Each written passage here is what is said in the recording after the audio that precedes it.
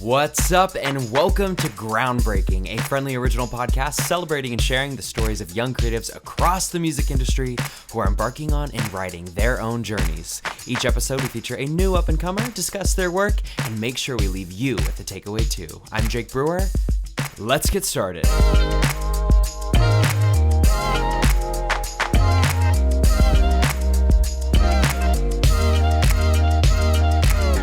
Today, our guest is one I've been looking forward to having on for a while now. You'll be meeting Kasey Gelsomino, but you may know her as Kasey's Playlists. Kasey has built a brand online through her iconic TikToks, which we will talk about, I promise, and impeccable taste as a music curator. Kasey is going beyond the DSP, though, and actively working to elevate young artists in more ways than one.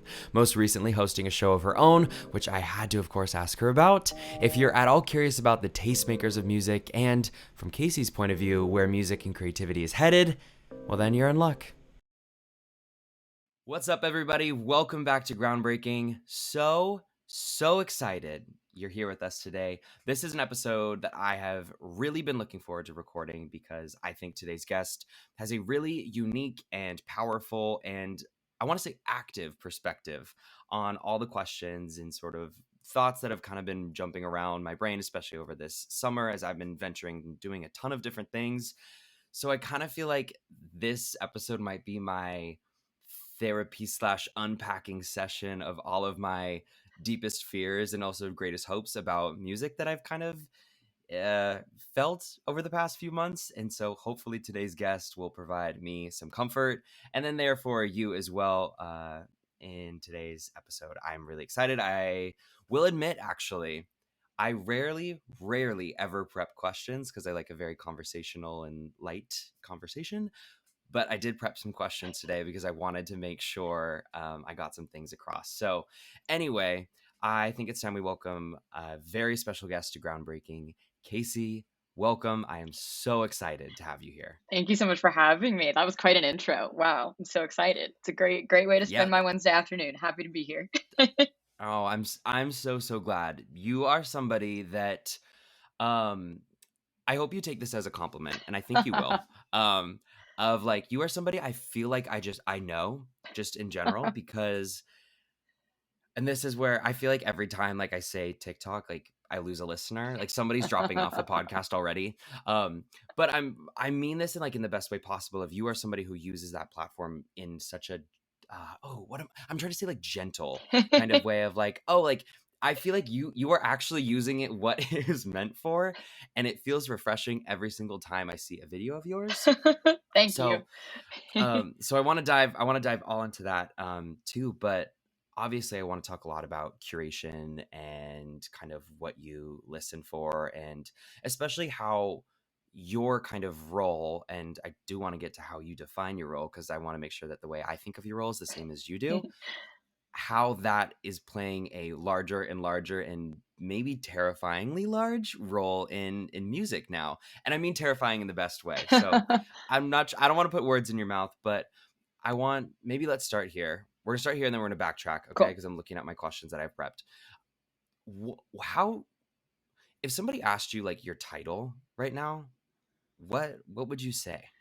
That's a fantastic question. And to be honest, I don't even know if I would know. Usually I kind of just describe it as like, oh, I don't know, I have a TikTok where I talk about music and like there's also playlists and like I honestly don't even think that there is like an overarching term of like what I would call that job generally, I mean, obviously you could say like I'm a curator, or you could say, I'm an influencer, I guess, or you could say whatever all of these things are, but I also think it's a very unique space in that way where like there really isn't any definition to it because there are so many hats that I'm wearing between playlist curation and actually like creating content and things like that on TikTok and everything else. I honestly don't even know what that job title would be. I think I'm just like a person on the internet who likes music a lot.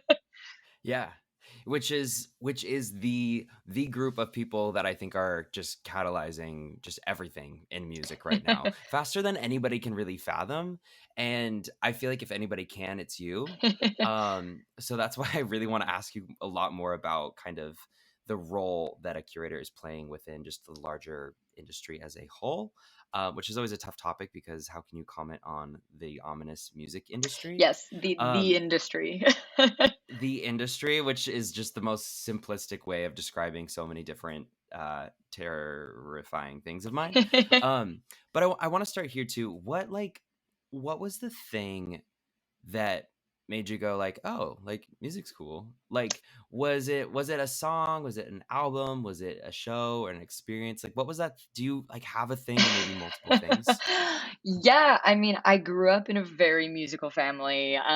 My grandpa was a band teacher, and my dad was like a drummer, not in the Nepo baby sense, I wish, but just in the like, we had a drum kit in my basement sense. And like, I always grew up around it, and my family was very much the type of people who were like, we're going to raise you on going to shows, and we're going to show you all of the good music and like all of these things. And so I think for me, generally, it was kind of just one of those things that was like, drilled into me from the time I was born that like this is a thing you need to care about. But at the Yeah. same time, I also think that there was definitely a point where I took that, into my own hands, and it wasn't just, oh, this is the music that I'm listening to that my parents are listening to. It was, oh, I'm gonna actually like go and like seek out the music that I really want to listen to and seek out new artists and all of that stuff. And I remember all of that happening when I was like probably 12 or 13. And I remember it all started with um I remember iTunes back in the day was doing one of those things where it was Yeah.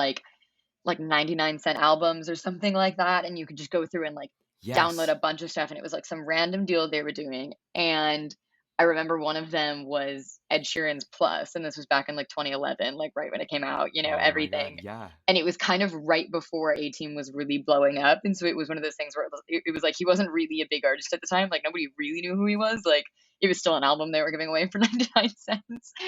And I remember downloading that album like randomly on a whim and just becoming so obsessed with it, and then suddenly feeling the need to like look up every music video on YouTube and look up like videos of him performing live and look up all of those things, and then from there seeing like artists that he was associated with, like Passenger was opening up for him on tour at the time, Yes. and all of those things. And like I remember then diving into Passenger, and then like catalysts beyond that and beyond that. Like I think there was a way that that just kind of spiraled. But yeah, it was very random that it was just like a stupid iTunes promotion that kind of started it all. But it was cool to kind of have that shift into, yeah, taking things into my own hands and like actually developing my own taste as opposed to just what was handed to me or like what was on the radio or, any of that. Yeah, I remember Starbucks would have the little cards Yes. on the Yeah. and then it'd be like you get the free like song of the week, and every time I'd go in with my mom, I would pick them up, and she was big and I would go and I download the Yep. song to see like, oh wait, and I like this song, Those or I little don't really iTunes care for this promotions song. were so cool for discovery back in the day. Like it was just such a Yes. different ecosystem than what it is nowadays. But yeah, it was really cool. What's today's equivalent of that if it exists? Oh God. I mean, it's tough because it's like in a streaming economy, everything's paid for, so there's no like I don't know promotions in that sense. Like, I mean, I guess a lot of it is the stuff that we do and putting things into people's hands like that. But Yeah. yeah, I don't even know.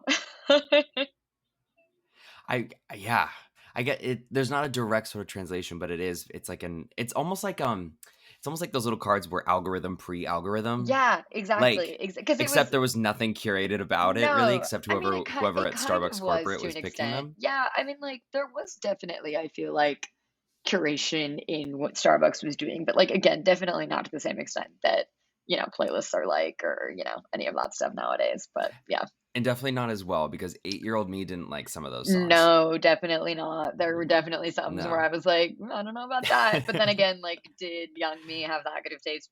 Who knows? Well, it sounds like if you caught on to Ed Sheeran, and I remember that era of there was something really like it's crazy that we're like nostalgic over that No, I time now, know. but Like, how was that a decade ago? It was over a decade ago now. That's crazy. it's it's wild. But I mean, I can't. Well, maybe this is very Gen Z of me to say, but like, I feel like I can't really like, or at least to my knowledge, there hasn't really been a decade that has been that like transformational for music Yeah. Oh, as yeah. much as like this past decade. Like a decade ago, we were picking up those little cards for to get free music versus now we Yep. just pay $10 a month for all the music in the world. Yeah, no, it's really crazy, and like my 9 to 5 job is doing A&R at a label, so a lot of my coworkers, it's crazy to talk to them because so many of them have been at the label for 15, 20 years, and talking to them about the shifts from CDs into iTunes into Spotify, and all of these things, like it's crazy just understanding how much things have really changed like in our lifetimes.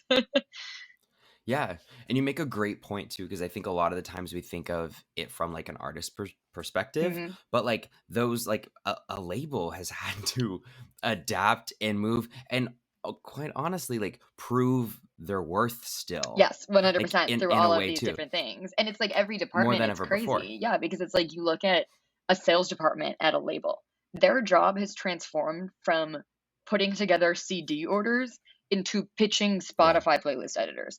Like that's crazy how much that job has changed. Those are completely different roles. Like just absolutely absurd. Yeah. With very few like transformative like skills that will Yes. transfer Yeah, over. 100%. Like Those are completely different yeah, jobs. Complete like, that working with CDs, like, that's an operations job. Like, you're figuring out yes. supply and you're figuring out all of these things, whereas, like, pitching to editors and all of that, like, all of that is relationship management and, all of those things, and, yeah, it's become a very different place in the past, like, 20 years generally, which is wild. Do you place your creative kind of role in listening and curating for people's tastes in kind of that more like I guess do you see it as a creative role? I do, for sure.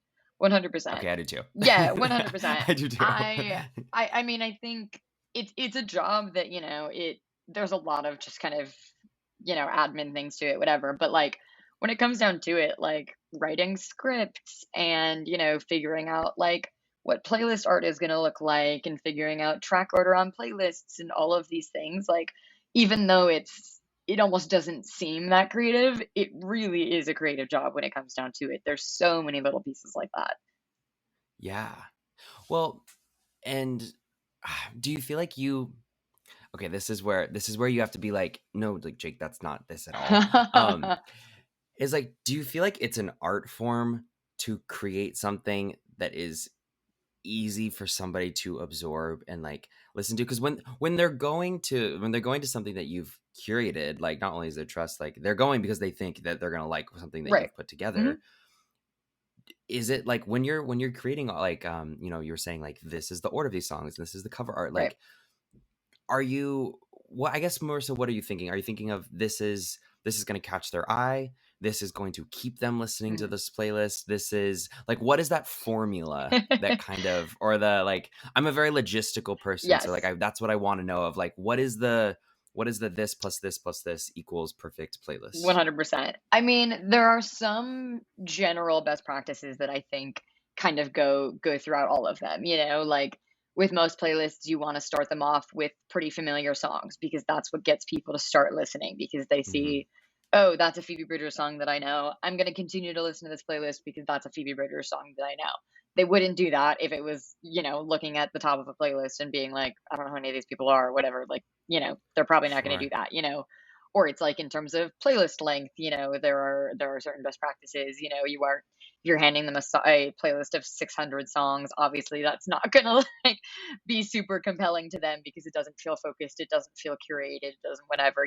But at the same time, if you're handing them a playlist of 10 songs, that's also not going to do anything because it's not a long enough list. And so, there's plenty of little best practices like that are definitely helpful. But when it comes to actually creating the playlists themselves, I mean, each one of them kind of has their own hypothesis in the way that I kind of think of it. Some lists are meant for discovery, and so you're trying to order it in a way that makes sense, again, with drawing people in with the familiar things, but also really providing context to, what the stuff that they don't know is going to be. So if it's a playlist of songs, like I have one called Phoebe Bridgers and Friends, that's a discovery playlist meant to be like that very sad girl indie genre, all of that stuff. Yeah. And so, in the title and in the cover art, like obviously I'm creating this context of this is music that you're gonna like if you like Phoebe. And then in the playlist itself, it's sprinkling songs by her throughout. So people keep listening and, doing all of those things. But then there are also playlists that are just kind of meant for like that are kind of just meant for like world building.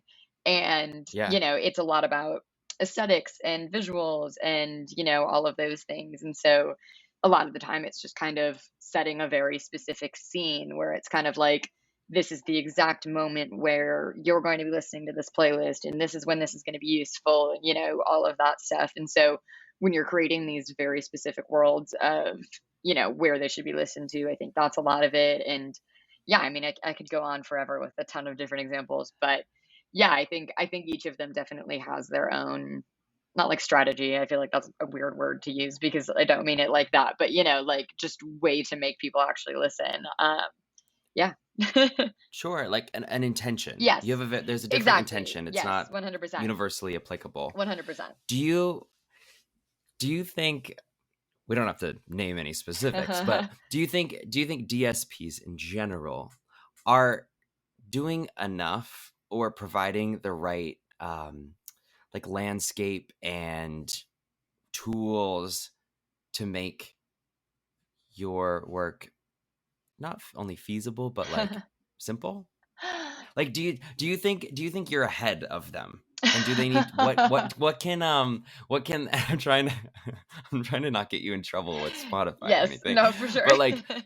But like and I said I wasn't going to name drop any. But yeah, I guess like what kind of things do you wish existed that might let's say it this way, that would make your role easier and then more beneficial to the listener too, because that's what they want.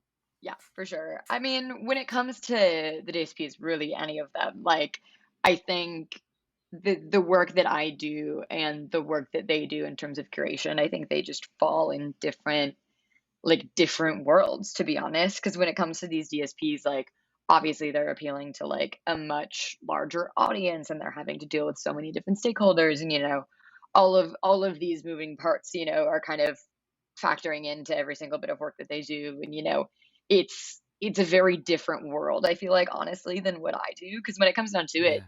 like what I'm doing, I see more as kind of fitting in like the blog space to an extent, or almost like, Yeah. kind of those sorts of things where it almost falls more into like press to me because it's like having that like very specific cosign from a person who like is tangible and who they are and you can follow along with what they're doing and like, all of that stuff. And so it's always funny to me to compare the two because even though they are kind of the same thing, I also feel like they're just so different and exist for such specific purposes that like often don't even intersect, which is really funny. But yeah, I mean, like in terms of what I'm doing and, tools that I have and all of that stuff, I mean, when it comes to discovery and everything, I think all of that's really up to me. I don't think there's much that like any DSP could be doing to help me with that or, any of those things. I mean, like, obviously there are little things about it that would be helpful. Like I'd love to be able to see analytics on my playlists and I'd love to be able to see, Yeah. things like that. But like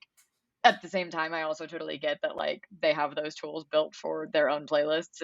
And again, they live in very different worlds and that's just kind of how it Yeah. is. But yeah.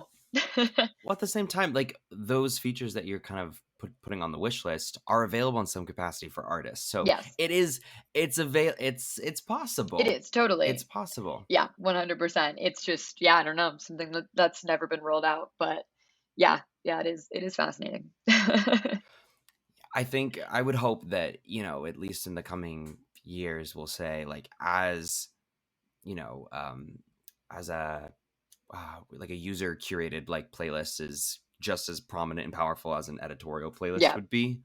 Like I would hope that kind of more features would be engaged for Spotify, or sorry, we're not name dropping any, but to Oh yeah, to 100%. to to build an easier kind of workspace for you too, because I think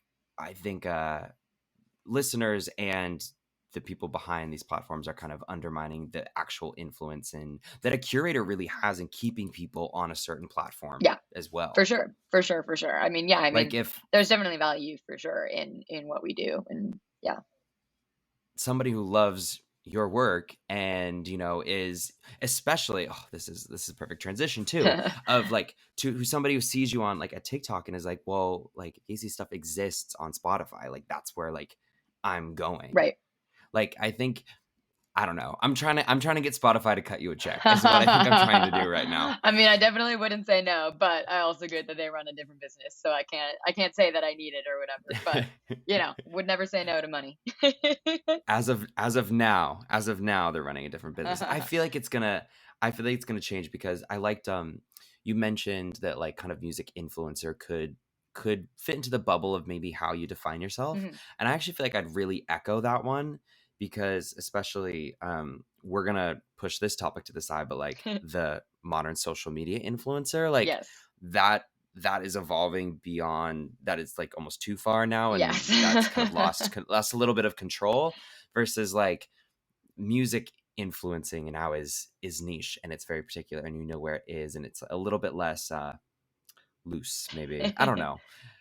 I feel like you get what I'm trying to say of like, Yes. but I think that is actually such a pure form of influencership, and I think maybe it just takes people going like, hey, you know how you have all those playlists saved? Yeah, that's one, like that is somebody influencing your sort of taste profile. Yeah, no, 100%. um It's crazy how much like there is kind of an intersection there because, obviously I never went into this being like, "Oh, I want to be an influencer or whatever," but then it's like I'll go to a show and get recognized by five people and, everybody's walking out to me like, "Oh my God, you're whoever." And I'm like, "That's weird." Like that's so not like, why I did this. I did this because I love music and I wanted to support artists that I liked. I kind of yeah, never saw it as being like a thing about me, but there's a point where it just becomes that because you're on TikTok, so your face is everywhere.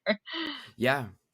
And I want to talk a lot about that too, because not only have you kind of created a large following on like a platform like Spotify, but also like you've also created a brand around it Mhm. too, which has, I think, probably contributed to the growth that you've had on that platform. But you are now active on multiple platforms. And so I want to see, if it's a complicated question, but do you like why go to multiple platforms? Like, why did you expand into a TikTok? Or actually, I don't even know. Did you start on TikTok and then go, hey, I should actually put these on Spotify? Or like, what did the relationship between jumping to two sort of platforms to operate look Yeah, like? yeah, yeah, yeah. I mean, the evolution there, they kind of happened basically at the same time. Like I've always made playlists. That's always been a part of who I am as a person. I mean, back in high school, I made a weekly playlist for all of my friends just because I wanted them to hear the music that I was stoked about, and it was just that's always who I've been. I've always loved sharing music. It's just kind of,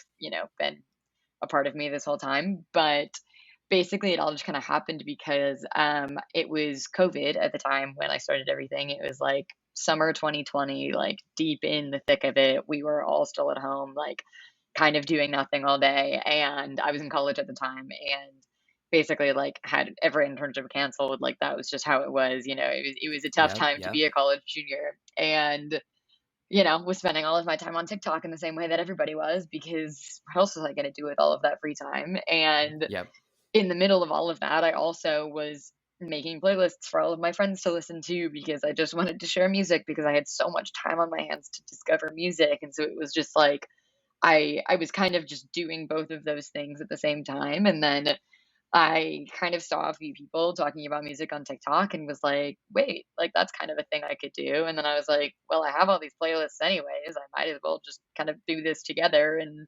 then the brand became what the brand became and, all of that. But yeah, it all kind of evolved very simultaneously and kind of just became the thing that it is. Yeah, at the same time. And they go very hand in hand, because it's like the yeah, TikTok is how I promote the playlists, but then the playlists oftentimes bring people back to make TikTok and, all of that. So they go very, very hand in hand. yeah. I feel like the feature we need to ask for is, and actually maybe you can tell me if this exists. I don't think it does, but like on the specific TikTok, you can link to the playlist. So it's That one would tap to it bring you to that exactly, playlist. that would be so nice. Well, it's interesting because I know, TikTok is launching their own DSP, And I think you're gonna be I'm assuming you're gonna be able to do that considering it's, the same Yeah, the same. platform. So I'm curious to see how like that shifts things, because if people are creating playlists that they can just link into a TikTok, people are going to be a lot more likely to click on that link as opposed to going to the link in my bio to click on something to go to Spotify to then search for the playlist to then, all of these things. Yeah, I don't know. It's crazy. I am curious to see how that changes things though, for sure. How are you keeping up with all the developments and everything? Because you're like, oh, this is gonna happen. I heard like this. Where are you learning that sort of information too? Because that's what I feel like I need to adopt. Honestly, mostly just word of mouth through friends of mine in the Yeah. industry and coworkers and all of that stuff. We have like a Slack channel at work that's like literally just called industry news, where if anything happens, somebody sends the article in the Slack. And so it's like I actually have a very curated feed of just everything going on that I Already. need to Yeah. know, which is nice. Um, but yeah, luckily I'm not having to seek it out very often. Yeah. I Okay, this is one of my very specific questions for you. Okay. Um, how do you post your new Music Friday videos so quickly? I stay up all night on Thursdays, and I mean that sincerely. I swear, every Thursday night at midnight, like going into Friday, when everything releases, I go through and like every single song by like an artist that I know that released, and then I go through and I listen to all of them, and then I do the screen recordings of all of the songs, and then I edit them all together, and then and then I get it ready and I post it as soon as I wake up in the morning. Jeez. Okay. That's the only way that I thought you could do it because Yep. I wake up on Friday mornings and then your video and I'll be like, how did It's she yep. already? Yeah. It's the thing that everyone asks me. Every single time I talk to anybody about TikTok, everybody's like, "How do you post your new Music Friday videos at like 7 a.m.?" And I'm like, "It's because I do them in the middle of the night, always." It's because I listen immediately. Do you at least film the like pre thing Oh, yes. before? Like Oh when my you're God. saying, Yeah. Yeah, yeah, yeah, okay, yeah, yeah, okay, yeah. great, I just have like a great. bank. It's so funny. People would think I'm crazy if they saw my phone. I just have like a bank of probably 20 videos of me saying, "Here are the songs you need to know from this new Music Friday," Yeah. over and over and over. And every time I have a different outfit, like I batch film them. So I'll just like throw on a different shirt, do it again. Throw on a Yep. different shirt, do it again. Like it's because it's so quick and easy that like it's just the most efficient way to do it. But yeah, it's really funny looking at my camera roll.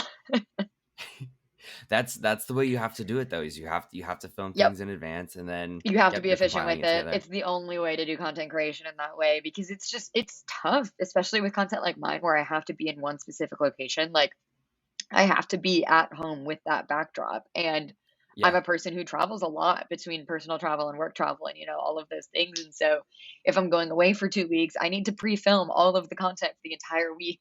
And then, Yeah. yeah, and then have it go from there. Wait. So you said right before we started recording that you're in the middle of moving. Yes. Are we losing the wall? What? Are we losing the wall that you always Oh, film oh in my front of? God. Yes, the album wall. Yes, you That's are. what I'm scared You of. are. I'm Okay. moving to LA and the wall is going to be gone. I need to figure out, I'm really indecisive about what I want to do with the wall moving forward because as much as I love it, it's also really annoying to look at all day in my room. Like it's a bit of an eyesore. You know what I mean? Like it's Sure. like it's not really cute. You know what I mean? And like I'm very much one for like aesthetics and decor and all of these things. And so staring at the album wall all day, honestly, there's a point where I'm just like this kind of sucks. Like that would be a beautiful exposed brick wall and instead it's covered in album covers and I don't really want to look at that all day. Yeah.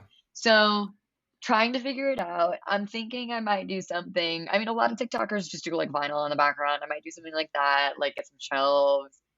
I don't know. Honestly, I need to figure out what the new setup's going to be. But until then, I'm just going to be pre-filming like a month's worth of videos before I leave, and that's Great. going to be it. Okay, great. So we got some decent time You've before got we some lose the time. wall. You've probably got through like mid-September until the wall goes away. So Okay. yeah, yeah, yeah, yeah. You've got some Watch. time. We're gonna be airing. Watch as we end up airing this mid-September, and No, people I hear know. this And and are people are like, gonna be no, like, like no. "What?" I feel uh, like too. you have a lot more to celebrate just over from these past couple months. I really, really wanted to make sure we hit on the event that you just held Yes. at Baby's All Right. Well, I shouldn't say just. By the time Yeah, you're all it was listening to in June. this, Yeah. back in the over the summer. Um, Tell me why you. I loved it. Amazing idea. I think it's so on brand for you. So when knowing that, like what compelled you to feel like that was the step to kind of grow and kind of bring people together in person? Yeah, 100%. I mean, to be honest, I think it's always been a dream of mine to be able to curate a show. I think that just like has always seemed like the coolest thing ever because I'm such a live music person. I love curation. The idea of being able to just create a lineup of my own was always just something that I always wanted to do. But it was kind of one of those things that I always just saw as like, I don't know, that's a pipe dream that'll maybe happen one day, and I never really thought of it as being something that was possible, to be honest, like at all, especially here in New York where, it's hard to sell tickets and it's just, Yeah. it is what it is and it's hard to even book things at any of these venues, all of that. But yeah, I mean, it all just kind of fell into place by chance. Honestly, I was at an event at Baby's All Right in January, and I was with a friend of mine who is really close with the booker there, Alex. And Alex walked up, and my friend introduced us, and I mentioned having a TikTok, and Alex was like, "Oh," he was like, "You have a TikTok." He was like, "Would you ever like want to put on a show?" And I was like, "I mean, yeah, like that's like kind of my biggest dream. Like that'd be the coolest thing ever." And he was like, "Yeah, like let's do it." And then we got lunch a week later and just kind of talked it all through and figured out the logistics of it all. And I had never thrown a live show before, so I didn't know anything about it. I was a total rookie through the whole process, and the whole Babies team was so helpful and nice and willing to be patient with me, and it was great. And yeah, I mean, we got the show booked, did the thing, and that was kind of just it. I mean, it was a very surreal process for sure, just because TikTok, everything exists online. I only ever see the people that follow me through these comments and all of these Yeah. things, and those numbers start to feel really empty after a while because you're like, okay, yeah, maybe there's 100,000 people following me, but like how many people actually care at all, and how many, Yeah. and there's a point where you kind of like start, yeah, to just like desensitize to it, and you kind of just don't really think of it as being as big as it is and as substantial as it is.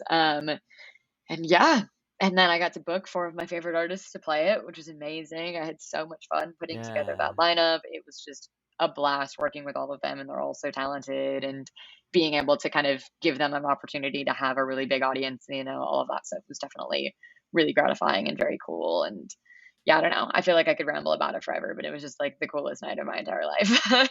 Yeah. Well, I feel like it goes to like just emphasize everything you've kind of said this entire conversation of like you just like music, and especially when Yeah. people can enjoy it together. And I know the feeling that you're kind of describing of that, like, well, you can read a number online, but like that doesn't guarantee that it's that same thing in No, person. So it's like 100%. Because it's, that yeah, I mean, the that whole transition time, is scary. yeah, like the whole time I was sitting there and I was like, what if nobody buys tickets? What am I going to do if nobody buys tickets? Like, what if I just book Babies All Right and there's literally no people that are going to show up? Like, what am I supposed to do then? Yeah. And then it sold fine and it was, it was what it was. But yeah, it's really easy to second guess yourself and really just kind of convince yourself that nobody cares and all of that stuff. But luckily for me, people actually do care about indie artists and people are willing to support that. And yeah, Yeah. no, it was great. to to the audience of like indie artists that would be listening to this kind of podcast, and they Yeah. hear you as somebody who wants to kind of bring them together and support them, like what would you say to them about building like a trusting relationship with somebody like else outside of their bubble? Because I think that's a really terrifying thing, because you Yeah. hear horror stories and Uh-huh. all these different things, especially for the ones that maybe haven't performed live as often, or Right.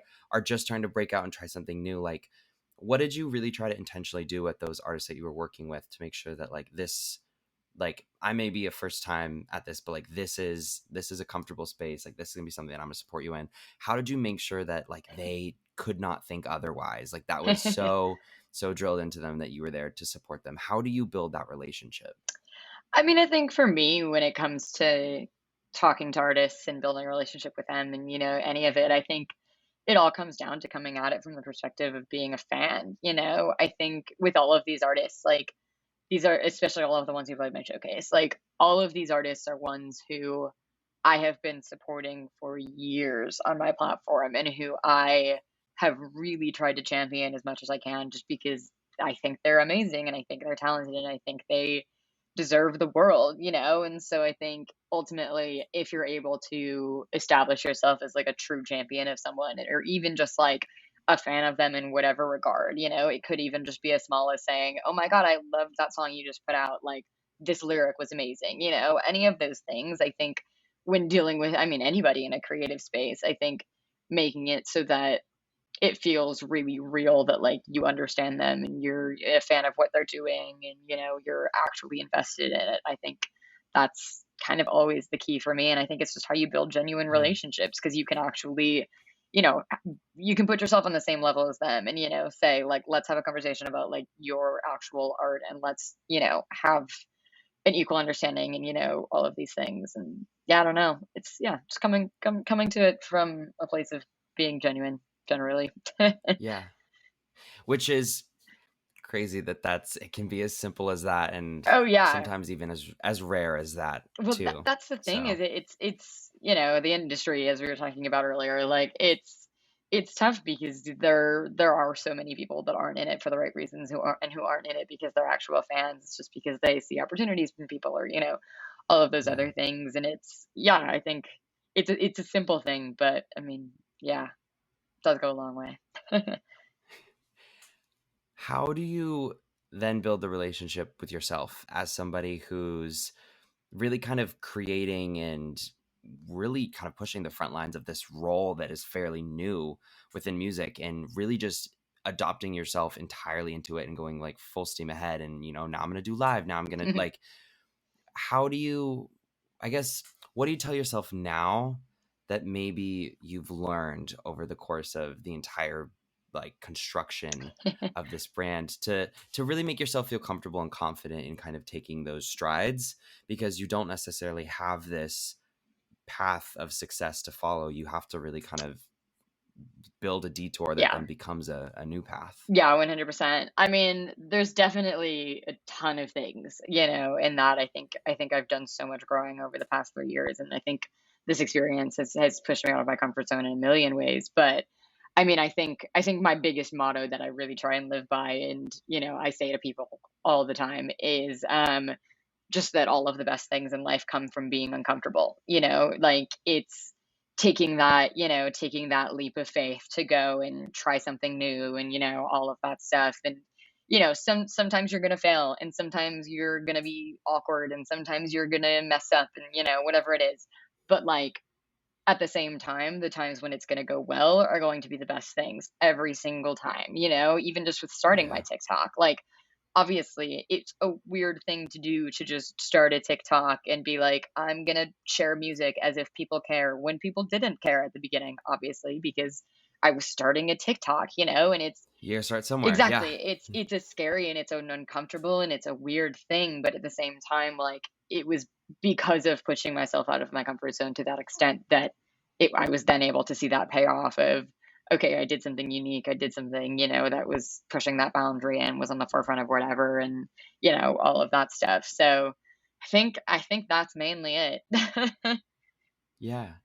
Well, it's important. It sounds like you're really aware of your accomplishments too, and grateful for them, and understanding of the people that really helped make that happen, like the artists that played with you.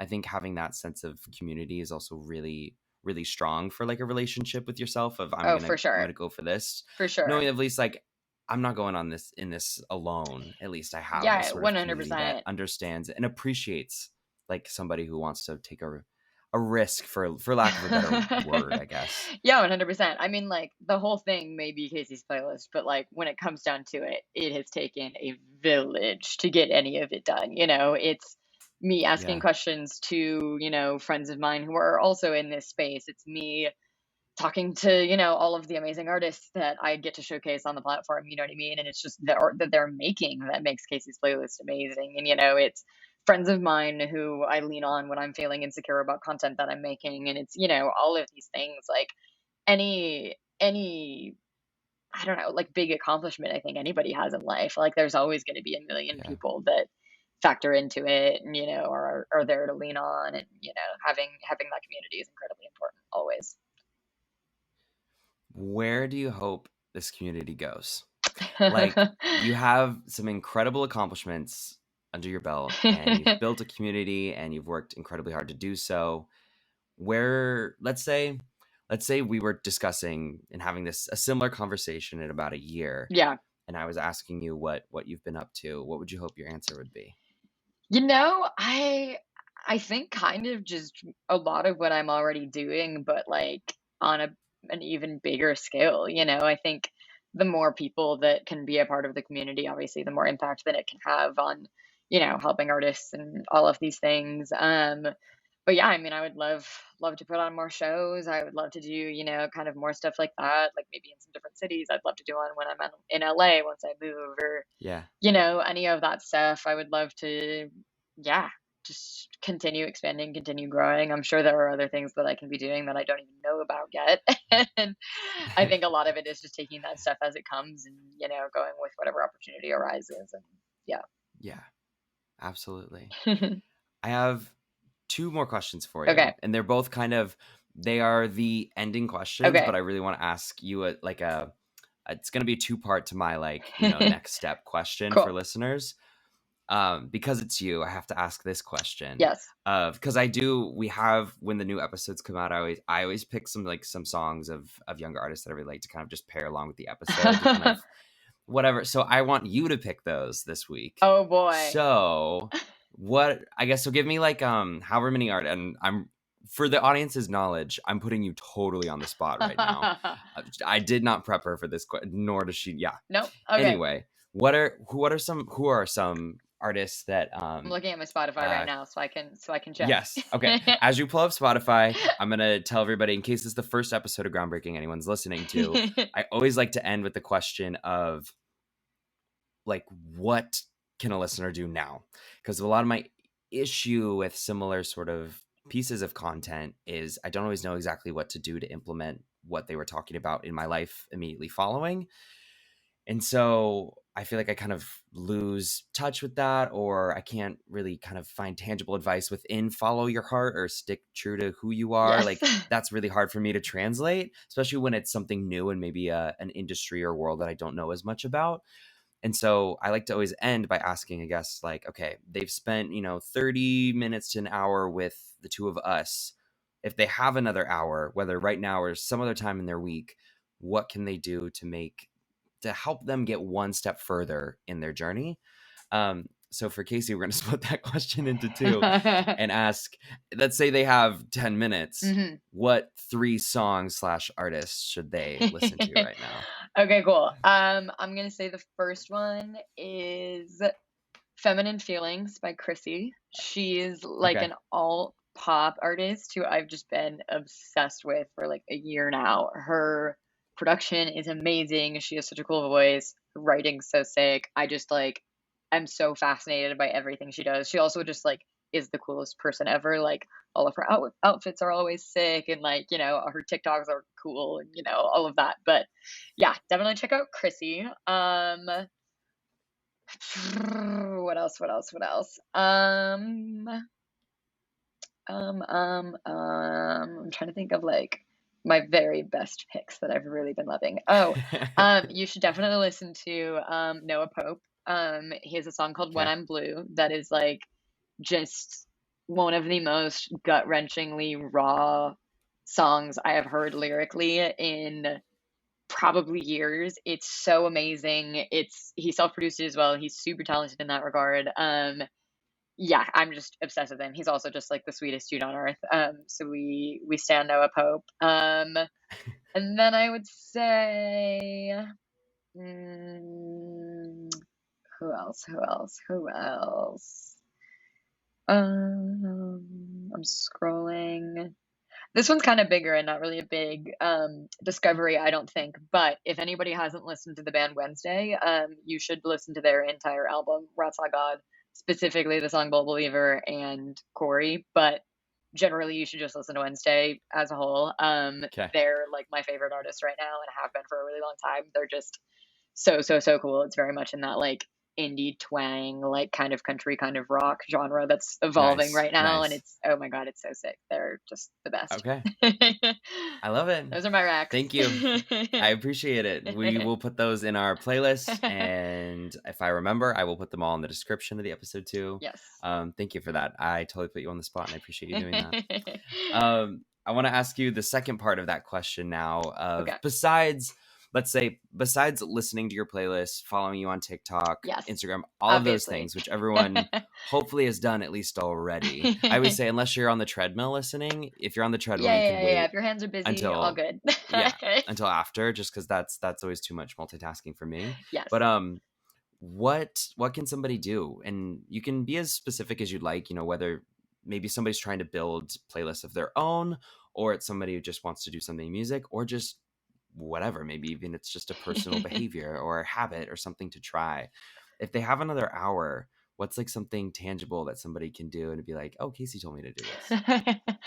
I mean, I think the biggest thing for me with curation and making playlists and everything, I think a lot of it was just practice, to be honest. Like I spent years learning about all of these different trends and behaviors and all of that stuff, and how to make people actually listen to what you're trying to curate for them. And I think it works in the same way as most things, that if you're gonna make 100 playlists, like they're gonna get better as you keep going, and it's only gonna continue to Yeah. grow, and it's only gonna continue to whatever. And so it's a matter of doing what you want to do a million times so that you can learn how to do it really, really well, and it's the same for TikTok curation.